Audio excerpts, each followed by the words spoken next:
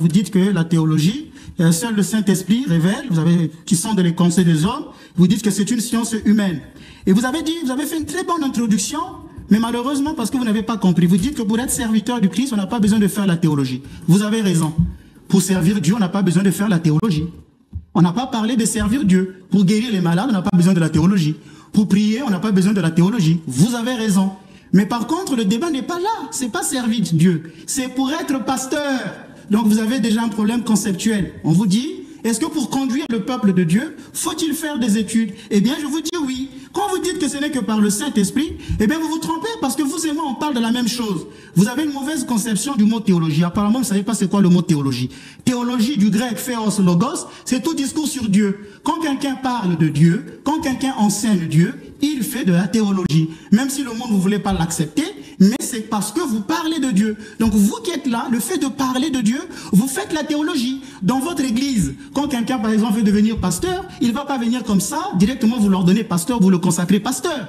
Vous allez attendre qu'il puisse avoir des cours d'affermissement biblique, d'étudier certains thèmes de la Bible, d'étudier certaines choses. Une fois qu'il a acquis la maturité, vous allez dire que ce monsieur peut devenir pasteur. Donc si quelqu'un arrive dans votre église, directement comme ça, il devient pasteur, vous allez d'abord l'observer. Et les églises millénaires qui sont venues avant vous, parce que vous avez la prétention de faire la leçon à 2000 ans d'histoire, vous dites qu'on va refaire la doctrine des apôtres. C'est une prétention. Il faut être un peu humble dans les propos. Donc l'église millénaire qui est là avant vous a voulu que les ministres de culte, ceux qui seront les pasteurs, les prêtres, puissent être éclairés. C'est par la théologie qu'on sait que là il y a l'hérésie, là il y a l'erreur. Donc c'est une formation intellectuelle. Aujourd'hui, pour apprendre à faire du pain, il faut aller dans une école de pâtisserie. Pour faire la cuisine, il faut aller à l'école. Les écoles existent pour ça. Et aujourd'hui, Charlemagne, qui vous écoute, va se retourner sur sa tombe. Lui qui a voulu que partout en France, il y ait des écoles. Vous appelez ça science charnelle. Mais vous-même, vous portez des lunettes. C'est que vous êtes allé voir un ophtalmologue, qui est une science charnelle. Vous me direz, oui, les apôtres n'ont pas étudié. Le Christ, dans Luc chapitre 24, le verset 27, dit qu'il est en train d'ouvrir les intelligences des Écritures. Et quand il a choisi les apôtres, le texte dit, il les appela pour être auprès de lui. Qu'est-ce qu'ils faisaient auprès de Jésus? Ils n'étaient pas que là pour regarder les beaux yeux de Jésus. Ils étaient là pour apprendre son enseignement. Et quand le Christ va monter au ciel, il dira, allez enseigner ce que je vous ai appris. Donc il y a une formation à la fois. Qu'importe. Très bien, merci monsieur Granier. Je vous en prie. Eh ben ça chauffe déjà là. On est au début, mais ça chauffe déjà. Alors docteur. Oui. Alors, je pense que si vous avez un peu le discernement des esprits, vous allez voir que le Père Ménas est déséquilibré. Vous savez, dans ces choses, comme je l'ai dit, c'est poussé par le Saint-Esprit que les hommes ont parlé de la part de Dieu. On n'étudie pas Dieu. Dieu se révèle. Je vais citer ici Galates chapitre 1 de l'apôtre Paul qui nous dit, Paul, apôtre non de la part des hommes, ni par un homme, mais par Jésus-Christ et Dieu le Père qu'il a ressuscité des morts. Et je prends le verset 11 directement qui dit, je vous déclare, frère, que l'évangile qui a été annoncé par moi n'est pas de l'homme, car je ne l'ai ni reçu ni appris d'un homme, mais par une révélation de Jésus-Christ. Alors, je veux dire, avec tout le respect, c'est un peu de la manipulation intellectuelle. Nous sommes tous d'accord ici que même Jésus-Christ était charpentier. Et son père adoptif, Joseph, justement, là, a pris le métier. Donc, d'une notion charnelle ou humaine, nous sommes appelés à apprendre les choses. Mais en ce qui concerne les choses de Dieu, je l'ai dit encore, l'apôtre Paul dit, nous employons un langage spirituel pour les choses spirituelles. Mais l'homme animal ne comprend pas les choses de l'esprit de Dieu car elles sont une folie pour lui. Il ne peut les connaître parce que c'est spirituellement qu'on en juge. L'homme spirituel, au contraire, juge de tout et n'est lui-même jugé par personne, car qui a connu la pensée du Seigneur pour l'instruire. Or, nous avons la pensée de Christ. Voilà la différence entre les pharisiens des temps modernes et ceux qui ont reçu le don par l'Esprit Saint. Et moi, j'ai le don. Voilà pourquoi tous les grands noms avant justement mon arrivée sur terre, on va appeler ça de la prétention, mais je sais qui m'a envoyé. L'apôtre Paul ne s'est pas improvisé dans ces choses, il a vécu une expérience sur le chemin de Damas. Alors moi aussi, de la même manière que Christ a appelé l'apôtre Paul, il m'a aussi appelé en cette génération afin de ramener le peuple de Dieu à la fidélité de l'enseignement apostolique. Donc, ce que le Père dit, je l'entends, humainement parlant. Voilà, s'il veut parler, voilà, de la formation, personne ne peut venir justement dans l'Église et directement être homme de Dieu. On appelle ça les dons qui se révèlent. Et justement, je prends ici Romains chapitre 10, verset 14. L'Écriture dit, comment donc invoqueront-ils celui qui n'ont pas cru? Et comment croiront-ils à celui qui n'ont pas entendu parler? Et comment entendront-ils parler s'il n'y a personne personnes qui prêchent, et comment y aurait-il des prédicateurs s'ils ne sont pas envoyés? Selon qu'il est écrit qu'ils sont beaux les pieds de ceux qui annoncent la paix, de ceux qui annoncent de bonnes nouvelles, mais tous n'ont pas obéi à la bonne nouvelle aussi. Ésaïe dit-il, Seigneur qui a cru à notre prédication. Ainsi, la foi vient de ce qu'on entend, et ce qu'on entend vient de la parole de Christ. Donc, moi, je suis comme mon maître en son temps face aux pharisiens. Moi, je les appelle avec tout le respect que je les dois. J'ai débattu avec le père Hervé du côté du Vatican. Et aujourd'hui, c'est le père Ménas avec du côté des orthodoxes. Et j'ai une mission très grande dans cette humanité, c'est de ramener, que ce soit les orthodoxies, que ce soit le Vatican, à la lumière de la sainte parole du Christ que nous avons reçue par les apôtres. Donc, si on va me traiter de prétentieux parce que j'ai dit cela, alors j'accepte d'être justement ce prétentieux et je me glorifie en Jésus-Christ, tout simplement. Alors, ce que le pasteur, en d'autres termes, veut dire, on apprend les choses de Dieu que par l'Esprit Saint. Oui. Vous avez donc une mauvaise conception du mot inspiration. Parce que Saint Paul, dont vous citez là, qui a reçu cette révélation divine dans Acte 9, quand vous allez voir après la conversion, on dit qu'il était resté auprès des apôtres. Il a même fait 3 ans, on arrivait dans c'était je ne sais plus dans quelle ville, où il était resté se former. Et Saint Paul dit dans 2 Timothée 4, verset 13, « Quand tu viendras, apporte-moi le manteau que j'ai laissé à toi chez Carpus et les livres, surtout les parchemins. » Donc Saint Paul, malgré la révélation qu'il avait, lisait. C'est pourquoi on dit que, par exemple, la traduction que vous donnez là, c'est la Bible Louis II, c'est ça? J'ai toutes les traductions. Non, celle que vous venez de lire. Je viens de lire Louis II. Louis II, très bien. Louis II était un docteur en théologie. Oui. Donc vous lisez la Bible d'un homme qui a étudié la théologie. Attendez, on a dit de ne pas interrompre. On a dit de ne pas interrompre. Voilà. Allez-y. Donc je disais que vous lisez la Bible d'un homme qui a fait des études de théologie. Vous lisez sa Bible, et ce monsieur-là a traduit la Bible du grec. Ça veut dire qu'il n'était pas inspiré en ce sens qu'il est allé, il commence à prier, rabababa, et le Seigneur il commence à lui dire, voilà. Pour vous, l'inspiration ne fait pas appel à la raison humaine. C'est là où vous êtes limité. Nous allons faire aujourd'hui un exercice spirituel que j'ai réservé pour vous. Je vous donne un texte ici qui est écrit en grec. Ce livre-là, voilà le texte, il est écrit en grec. Lisez-moi ce texte en grec. Demandez à l'Esprit Saint de vous inspirer ce texte. Si je vous dis de lire, lisez le texte est en grec. Moi, je vais le lire pour vous. Le texte, il est en grec. Il est écrit en grec. Passa igraphi peonoftos ke ophilimos pros didactylion, pros elexon, pros eparnotosin, pros pediantin, dikassin. Ce qui veut dire, toute écriture est inspirée de Dieu. C'est le texte que vous lisez souvent avec votre Bible écrite en français. Vous avez été incapable de lire un texte en grec. Pourquoi? Parce que vous n'avez pas fait des études. C'est pourquoi on dit que quand on est bête, on est bête. L'Esprit Saint ne vient pas illuminer une personne qui est... Ce qu'on vous fait, on appelle ça de l'illuminisme. Croire qu'on peut tout avoir de l'Esprit Saint pour clôturer. Même Luc lui-même, Luc chapitre 1, quand il a écrit l'évangile de Luc, il dit qu'il est allé chez des témoins oculaires, donc la Vierge Marie, pour demander ce qui s'était passé. Pourtant, Luc avait reçu le Saint-Esprit. Pourquoi l'Esprit Saint ne lui avait pas dit tout ce qui s'était passé? Il va vers des témoins oculaires. Aujourd'hui, les témoins oculaires, ce sont par exemple les écoles. Aujourd'hui, dans votre église, il y a des jeunes. Les jeunes avec chaque GPT peuvent faire rapidement des recherches sur Internet. Ils vont demander à un pasteur, tu connais le mot kénos? Ah non, moi j'ai pas besoin de ceci. Vous pensez que l'église aujourd'hui, pour enseigner, on a besoin d'être comme en Afrique?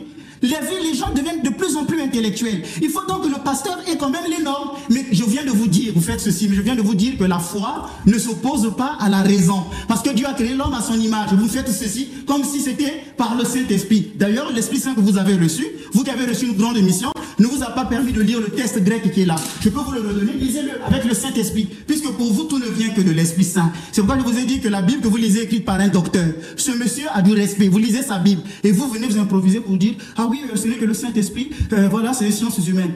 2000 ans d'histoire et vous dites, c'est moi qui vais ramener la vérité, tout ça. Oh, mais soyez un peu humble. Soyez un peu humble. Je m'arrête là parce que je ne sais pas qu'est-ce que je... Alors,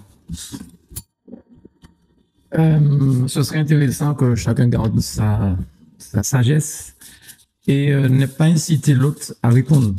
Parce qu'on a eu tendance à faire menace, vous l'avez... Vous ne faites pas l'avocat, monsieur Granier. Je ne suis pas avocat. Le problème, il a dit que par l'Esprit Saint. Non, je lui donne un exercice devant tout le monde. Là, vous faites l'avocat du diable. Par l'Esprit Saint. Monsieur Granier, par l'Esprit Saint. Non, père, écoutez ce que je vous dis. Quand lui parlait, à un moment, vous avez dit quelque chose et ça l'a un peu dérouté. Et là, quand vous lui avez montré ça, c'est simplement pour dire, il ne peut pas répondre à ça, c'est simple. Je prends pas. C'est à lui de répondre, monsieur Granier. Ben, il peut répondre. Les téléspectateurs vont faire des commentaires que monsieur Granier, c'était pas son rôle. Ils vont faire des commentaires. C'est à lui de le dire. Bon. Il doit se défendre. Mais je pense que maintenant, il va pouvoir répondre s'il le souhaite. Vous faites passer les minutes, monsieur le docteur. Ne vous inquiétez pas. Très bien. Vous allez lire ça aussi. Vous savez, comme je vous ai dit tout à l'heure, je pense que ça se voit. Il n'a pas la maîtrise. Nous avons ici l'école et l'esprit. Je suis comme mon maître. Voilà, le Christ, dans Luc 24, versets 44 à 45, il dit, C'est là ce que je vous disais lorsque j'étais encore avec vous, qu'il fallait que s'accomplisse tout ce qui est écrit de moi dans la loi de Moïse, dans les psaumes et dans les prophètes. Et il dit par la suite au verset 45, il a ouvert l'esprit afin qu'il comprisse les Écritures. Donc il y a ici une action du Saint-Esprit. Il me parle de Louis II ou de Martin ou de Darby, ceux qui ont justement édité certaines Bibles, ainsi de suite. Mais bien sûr que je vais lire. Alors, cela n'est pas anodin puisque c'est une prophétie qui s'accomplit. Donc, Père Ménas, je suis désolé de vous le dire, mais vous n'avez pas le niveau de l'esprit. Vous êtes certainement un intellectuel et je vous rends le mérite, comme d'ailleurs tous les prêtres du Vatican et orthodoxes qui ont au moins minimum bac plus 30 pour être abbé. Alors, mais moi je suis au-dessus de ça puisque j'ai la science de l'esprit, la connaissance dans les 4 dimensions, révélation, connaissance, prophétie et doctrine. Et c'est là où j'excelle par le Saint-Esprit et je glorifie le Seigneur de m'avoir donné ce don. Voilà pourquoi on peut ici, comme justement ce que vous venez de faire, on appelle ça quelqu'un qui perd ses repères, parce que ce que vous avez essayé de faire, enseigner le Christ n'est pas figé sur une langue. Sinon nous aurons une parole que nous dit prêcher en hébreu. On peut parler de Jésus en créole. Donc au lieu de dire ce que vous venez de dire en latin, vous l'avez traduit. C'est poussé par le Saint-Esprit que les hommes ont parlé de la part de Dieu. Toute écriture est inspirée de Dieu. Donc, je prêche en français parce que, voilà, justement, je suis francophone et je peux prêcher en ma langue. J'espère que vous avez lu ceci. Alors, tout simplement pour dire que sur ce plateau, je suis désolé pour lui, mais il n'y a pas le niveau. Voilà donc pourquoi je le réitère. Il n'y a pas une écriture qui nous dit d'aller faire de la théologie pour devenir homme de Dieu. Ça n'existe pas. Nous expérimentons Christ surnaturellement, comme Paul sur le chemin de Damas. Et Paul le dit dans 1 Corinthiens chapitre 15, en citant l'apparition de Christ aux apôtres, Pierre, Jacques, ainsi de suite. Donc vraiment, il n'y a pas le niveau. Merci. Alors, mon cher frère, le problème avec vous, c'est que vous aimez généraliser plutôt que de débattre sur les points précis. Est-ce que vous avez lu ça? Je voulais vous dire tout à l'heure que vous aimez débattre, vous aimez généraliser plutôt que de débattre sur des points précis. Le Saint-Esprit ne vous a pas vous êtes en train de m'interrompre. Ah non, je vous renvoie la pièce de votre Monsieur le journaliste, quand vous parlez, monsieur le journaliste Gandhi Foulidi n'a pas le droit de m'interrompre. Merci beaucoup de me l'avoir depuis le débat. Je vous demande... Très bien. Allez-y. Il fallait me le dire pendant votre temps de parole. C'est déjà passé. Donc je vous ramène à l'ordre. Ce que vous avez fait avec le Père, vous ne le ferez pas ici. Donc je disais ceci, que vous avez tendance à généraliser plutôt que de débattre sur les points précis. Et même être redondant. Et c'est pourquoi je ne suis pas venu pour vous convaincre, vous. Je suis venu parler au public qui nous suit à la télé. Les gens que vous êtes en train de tromper. C'est à eux que je suis venu parler, pas à vous.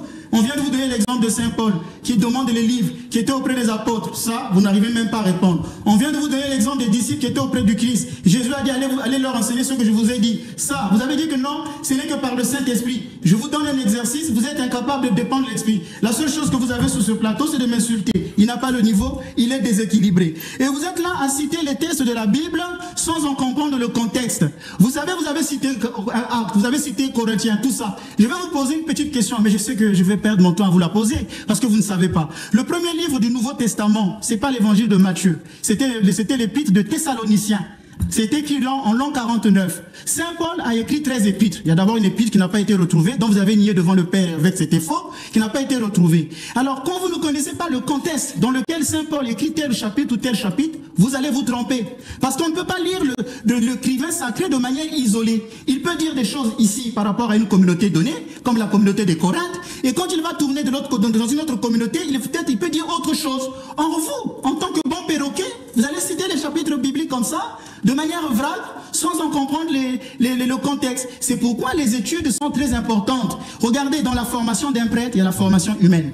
On veut savoir la personne qui est en face de nous si elle est équilibrée. L'équilibre, c'est aussi l'humilité. La personne ne peut pas se valoriser. Après 2000 ans d'histoire, ne peut pas venir comme ça, tout à coup dire, écoutez, je suis venu apporter tout. Il y a eu les pères de l'église qui n'ont pas parlé comme ça. Il y a eu des grands penseurs qui n'ont pas parlé comme ça. Ça montre dans la personnalité qu'il y a un déséquilibre. Quand vous dites chez moi, je suis déséquilibré, malheureusement, vous n'avez pas fait des études de psychologie.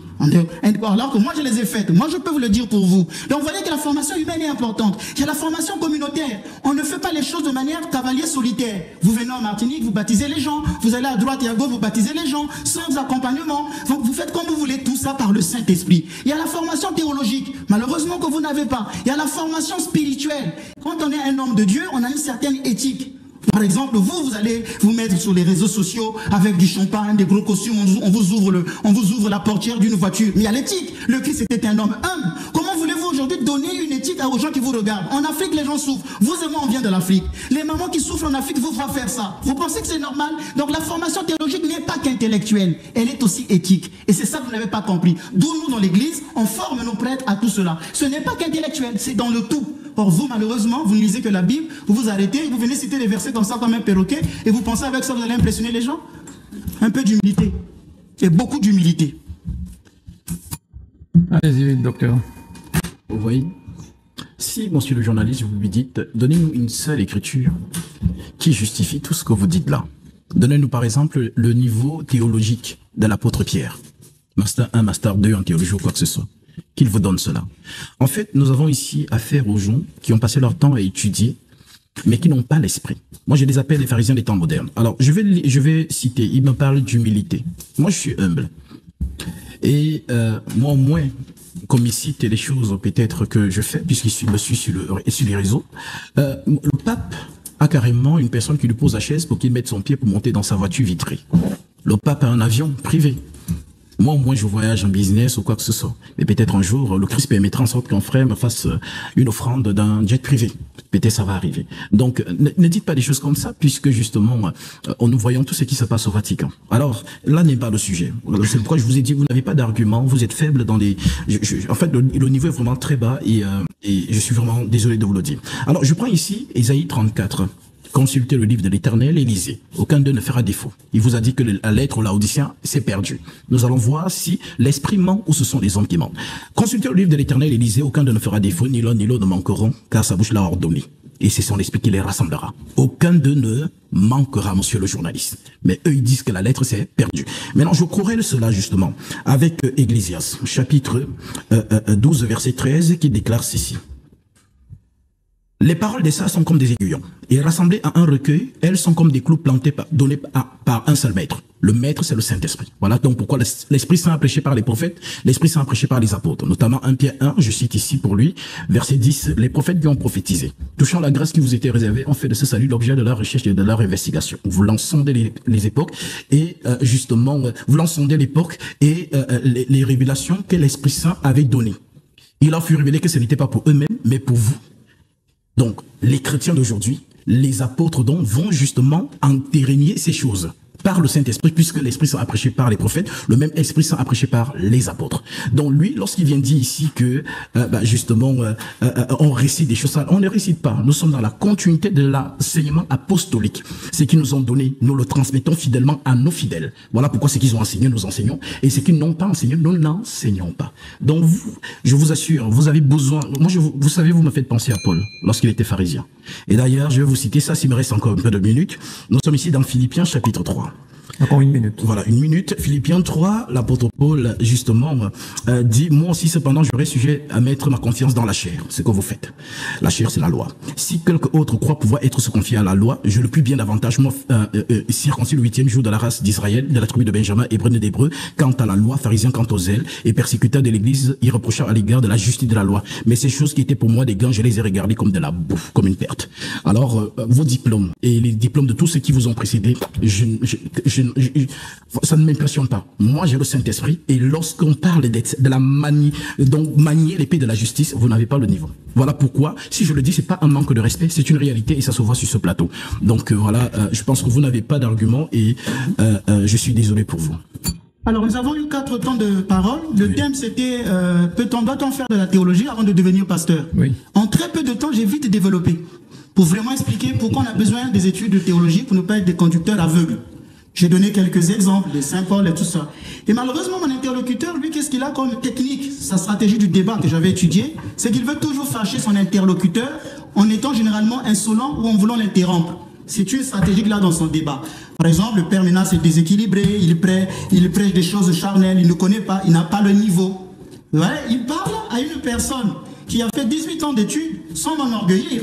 Est-ce que c'est pas de ma faute si vous n'avez pas été à l'école, hein? Quand vous faites vos petits... Je n'ai pas parlé de mes diplômes. Ce n'est pas de ma faute si vous n'avez pas été... Si vous m'avez demandé, vous avez quel niveau d'études? Ne m'interrompez pas. Oui, mais... Je suis en train de vous dire, ce n'est pas de ma faute si vous n'avez pas été à l'école. Chacun de nous, vous savez, on a eu des parcours différents. Je peux vous comprendre. Moi, le problème, simplement, c'est de respecter les personnes qui ont étudié. Moi, je respecte mon médecin. Dernièrement, j'ai eu un mal dernier, je suis allé voir un médecin, il a juste appuyé un endroit de mon corps, il m'a dit dans 1 heure c'est fini. Je n'ai pas dit, la Bible déclare, la parole de Dieu, Matthieu tant. J'ai écouté, il est dans son domaine. 1 heure après, la douleur était partie. Donc quand vous allez voir un juriste, vous allez respecter sa science. Je vous ai donné l'exemple des lunettes que vous portez. Vous avez pris un avion pour venir ici. Vous n'avez pas fait comme Acte chapitre 8, Philippe qui pouvait se laisser téléporter par l'Esprit Saint. Vous avez utilisé de la science humaine. Vous avez utilisé la science charnelle. C'est pour dire que c'est Dieu qui a donné ses dons à l'homme. Si la science a évolué, c'est Dieu qui en a l'origine. Vous ne pouvez pas le nier. Si la psychologie a évolué, c'est Dieu qui en a l'origine. Parce que l'homme a été créé à l'image de Dieu. Donc Dieu lui a donné la raison. D'où je vous ai dit qu'attention, l'inspiration, le Saint-Esprit ne contredit pas l'enseignement. Saint Paul lui-même écrivait. Saint Paul a écrit plusieurs livres. Et je vous ai dit qu'il lui-même demandait les livres qu'il avait laissés. Donc jusqu'alors, je ne vous ai donné qu'à la base que pour être pasteur, je n'ai pas dit pour être serviteur de Dieu. J'ai fait la nuance dès le début. Qu'il faut une certaine connaissance, le monde évolue. Vous allez aller prêcher en Afrique, vous pouvez faire ça avec nos mamans. Mais venez là au Parlement, allez prêcher sur l'euthanasie. Vous n'aurez aucune argumentation avec Matthieu. Parce que vous lisez la Bible comme un perroquet. Tout texte biblique ne se lit pas de la même manière. Vous allez lire un texte de l'Apocalypse, ne le lirez pas comme le texte historique des Actes des Apôtres. Vous me citez Isaïe. Si je vous dis dans quel contexte Isaïe avait écrit, est-ce que vous savez qu'Isaïe lui-même, je ne dis pas n'a fait d'erreur, mais quand il a écrit son texte, quand il dit dans Actes, Isaïe chapitre 8, quand il dit la jeune femme enfantera, en hébreu on dit Alma. Il a fallu la traduction de la Septante pour corriger ce texte. On a écrit la Vierge enfantera. Donc lui-même Isaïe, quand il écrit, il ne se rend même pas compte de ce qu'il dit. Donc on se veut dire qu'on ne lit pas le texte biblique de manière isolée. Vous bougez la tête parce que ça vous dépasse. Donc quand vous dites que je n'ai pas de niveau, vous voulez venir dire devant tout le monde, le Père Ménas n'a pas de niveau, mais vous avez le niveau parce que vous avez le Saint-Esprit. Rabababa, alléluia, Jésus guérit, vous prenez des avions, le Saint-Esprit, c'est la science et tout ça. Mais bien, bravo. C'est pourquoi je disais que je n'avais pas... Je sais que vous êtes venus pour faire votre petit buzz sur ce plateau. C'était ça le but. Puisque quand vous avez fait le débat avec le Père Hervé, c'était de crier devant tout le monde. Vous avez vu, je l'ai terrassé. Un prêtre, vous parlez comme ça d'un prêtre, alors que là vous dites vous avez du respect. Donc vous n'avez pas le droit, sur ce plateau, de dire que le Père Ménas n'a pas de niveau. Ça, je vais vous demander de retirer ça de votre bouche. De dire le Père Ménas n'a pas de niveau. C'est très maladroit et c'est très mal poli. Il faut dire, je comprends qu'il a fait ses études, mais je ne suis pas à ce niveau-là. Parce que tout à l'heure, avant l'émission, je vous ai dit, connaissez-vous le mot péricorèse, circumcision? Vous dites que vous ne connaissez pas. Et vous dites que moi je suis écouté par le Vatican. Vous avez vu votre prétention? Donc, monsieur Gasby, arrêtez. Il faudrait arrêter.